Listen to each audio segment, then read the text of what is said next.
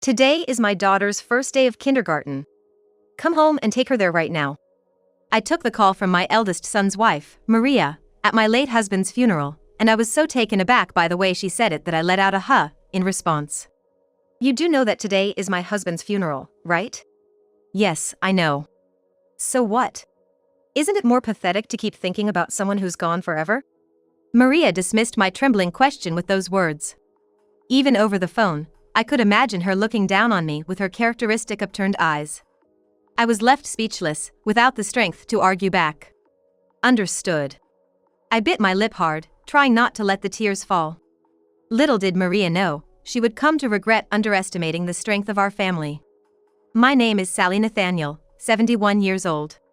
At over 70, in the midst of my twilight years, my family consists of 4 members. My husband Mike and our 2 sons, Tom and Theo. Mike and I met at work. We were both high school teachers. Mike was transferred to a different school in the same district after a while, so we only worked together for a few years after getting married. I took maternity leave when we had kids and ended up stepping away from teaching. Our children are Tom and Theo.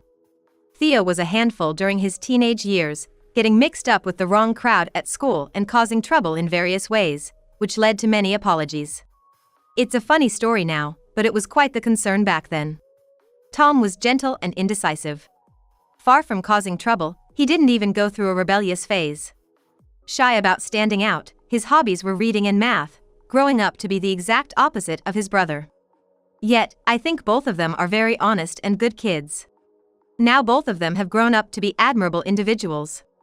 Tom leverages his strength in science as a salesman in an IT company, while Theo, perhaps making use of his wild days, is a professional boxer. Tom lives at home and Theo lives alone, so it's rare for the entire family to gather, but we make it a point to meet at least once a year. My family has always been my safe haven and my emotional support. However, those peaceful days were suddenly disrupted. One day, before going to work, Tom said he had something important to discuss. What could it possibly be? Maybe he's quitting his job? While I was pondering various possibilities, Tom came home early, followed by a young woman with a noticeable baby bump. A few minutes after, letting them in and taking a sip of tea, Tom began to speak. I'm getting married to her. What? That statement was so unexpected that both Mike and I exclaimed at the same time. Can you explain what's going on? Mike asked, with a tone that seemed to command not just himself but the atmosphere of the room. Yeah. She's Maria. She works at the reception of my company. Tom started with a rather awkward introduction. And yet, despite being introduced, Maria herself just sat there, not attempting to say a word on her own. So, we were, dating, or more like, it just happened. Tom's explanation was hard to listen to. Mike began to frown, and I thought he was about to intervene if Tom continued in that vein, but Maria, sitting next to him, cut in. I'm pregnant. I'll be entering my final month in another month. Mike and I gasped. The way she said it, so matter-of-factly, did not seem to match the gravity of the news. Tom, is that true? Mike asked again. It's natural for a parent to want to hear it from their own child. Tom, resigning himself, swallowed audibly and began to speak with a quiver. Yes. His voice was barely above a whisper. I almost let out a sigh. Why didn't you tell us sooner? I only found out about it a week ago myself. Until then, Maria was just off work, and I hadn't heard anything. But, first of all, Maria? How old are you? I looked at Maria sitting in front of me and was at a loss for words. Maria looked significantly younger than Tom. Plus, despite being pregnant, she wasn't dressed in maternity clothes. She wore a miniskirt and a top that was low-cut enough to reveal her cleavage. Moreover, she sat there without saying anything, like a child who had been brought along. Me? I'm 26. 26? Tom is 38 this year. Surprisingly, there's a 12-year age gap between them. Anxiety rushed over me, and I felt like I might collapse.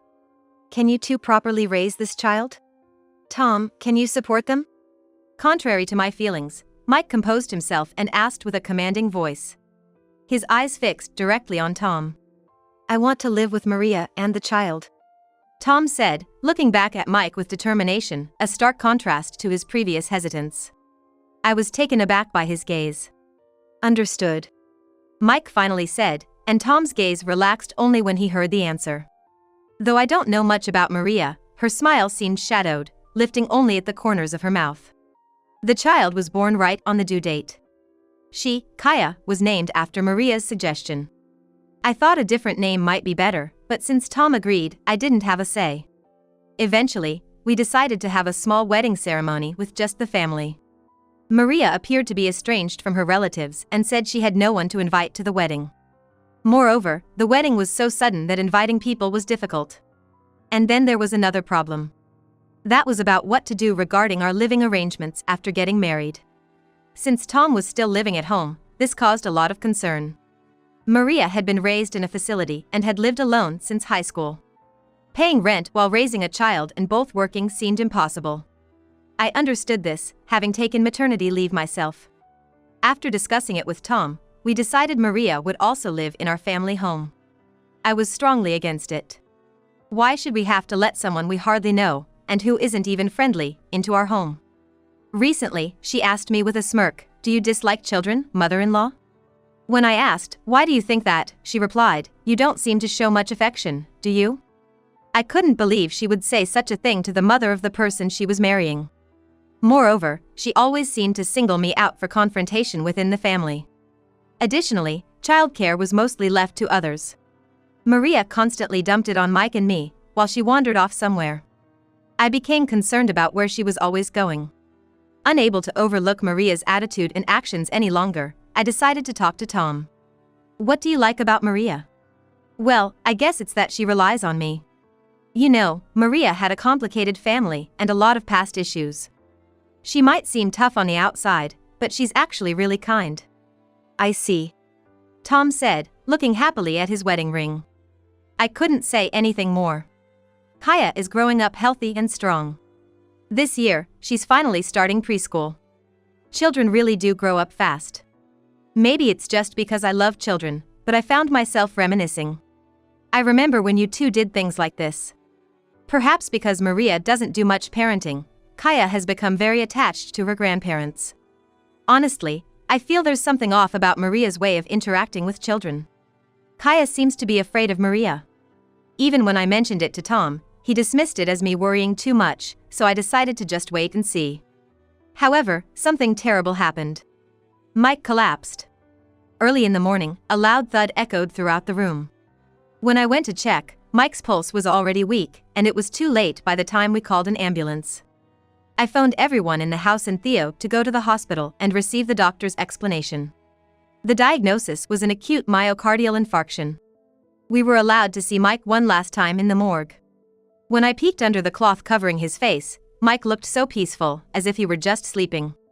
I expressed my gratitude to him in my heart. We decided to hold Mike's funeral sometime soon. Everyone in the family, except for Maria, attended.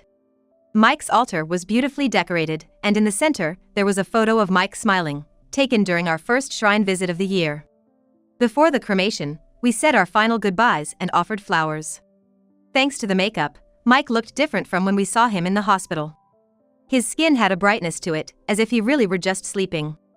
Surrounded by many flowers, Mike's peaceful face seemed even happier. Then my cell phone in my bag started vibrating.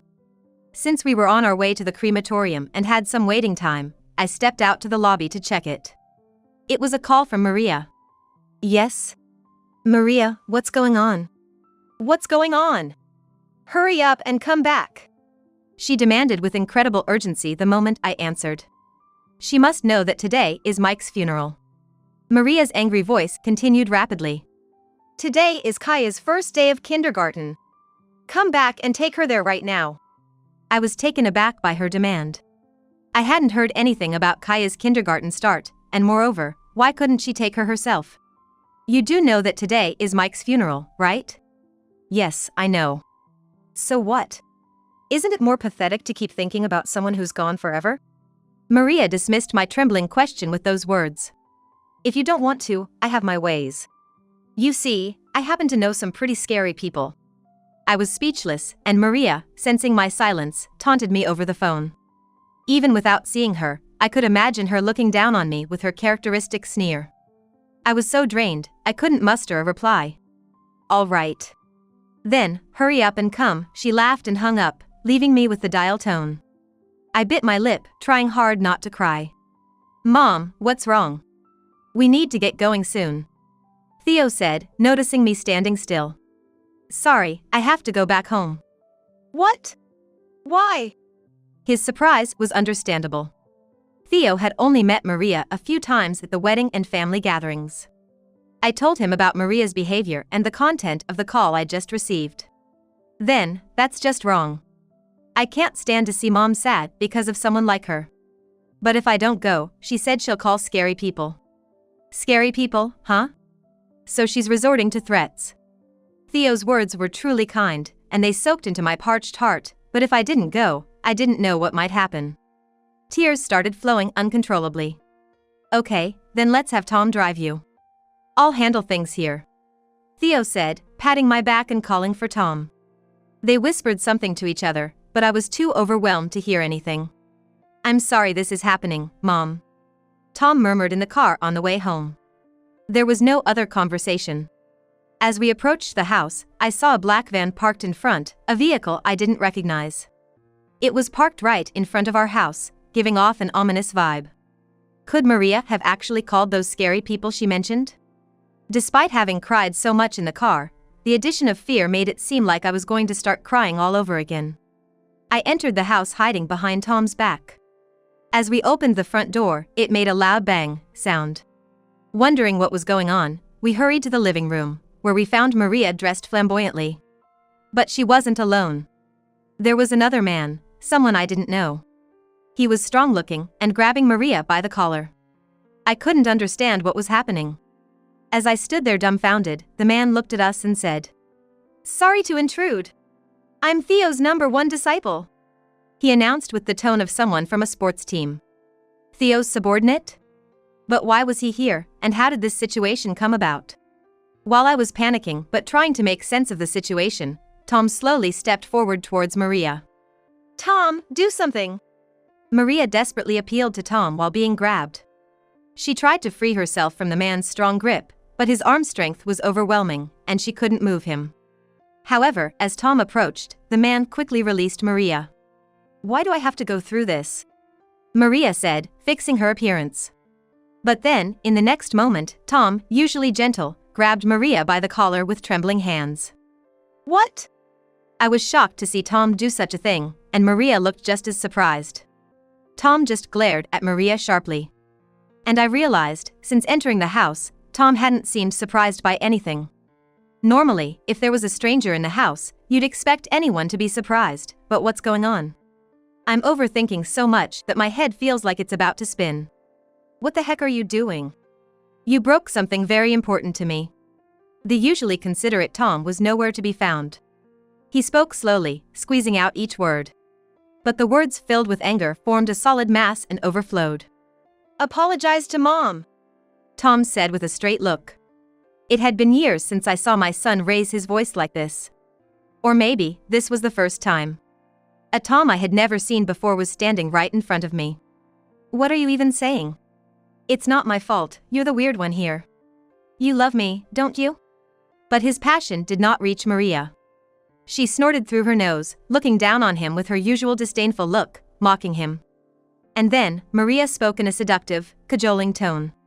I felt disgusted by her. I didn't even want her in my field of vision anymore.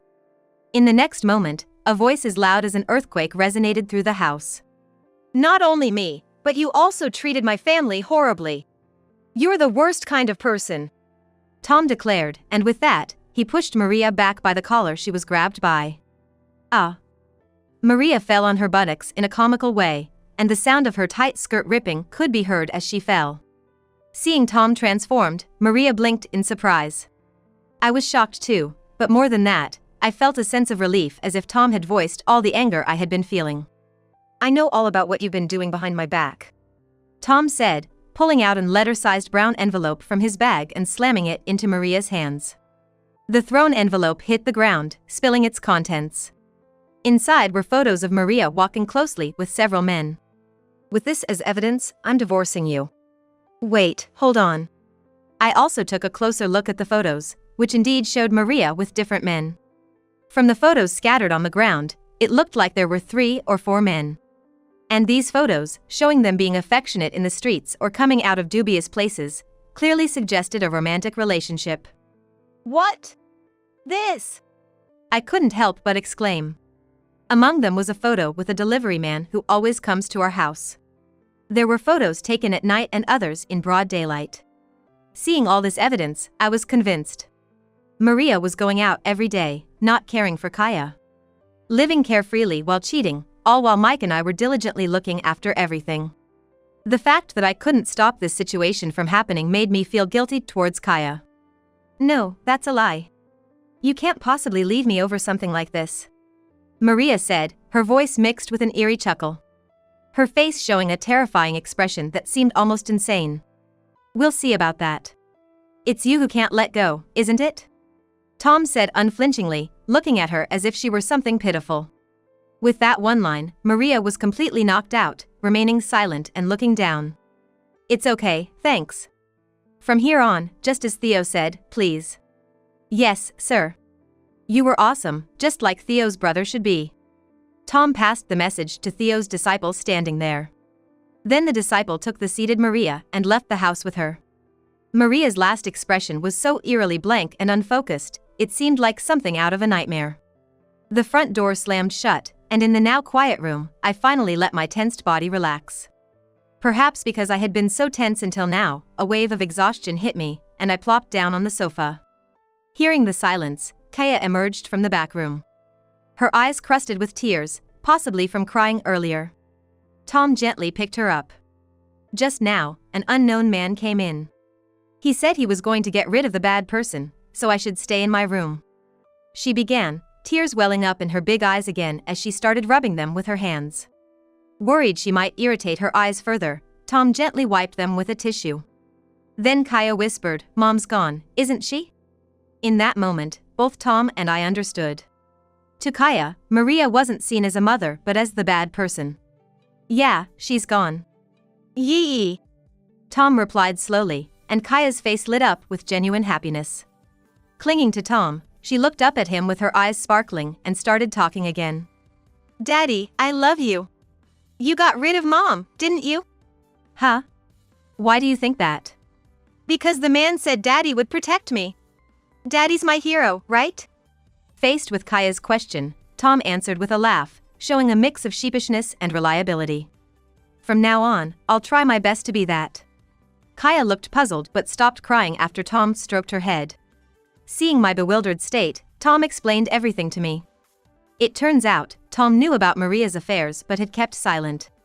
However, troubled by whether to continue ignoring it, he consulted Theo, who then recommended a service that investigates infidelity, and thus he had evidence at hand. If I had known all this, I would have advised him to divorce her right away.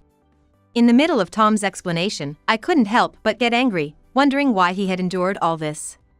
The reason he hesitated was largely because of the child. No matter how unpleasant Maria's actions were, to Kaya, she was the only mother in the world, and that was something that couldn't be changed no matter how hard anyone tried. But hearing Kaya's words earlier, Tom regretted not divorcing sooner, holding his head in his hands. Part of his hesitation also stemmed from a lack of confidence in himself. Tom had been deeply in love with Maria, and feeling liked by her had given him a sense of self-assurance. However, he gradually began to feel a distance growing between him and Kaya, and Maria's affection for him waning, which led to his indecision. He was scared of what would become of them if things continued as they were, Tom shared.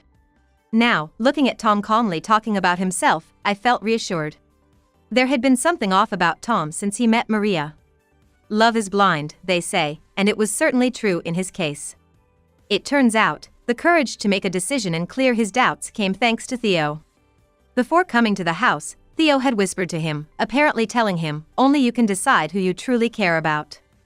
At that moment, Theo had also mentioned sending his disciple over to the house, making it possible for Tom to make the choice he wanted to make right there and then.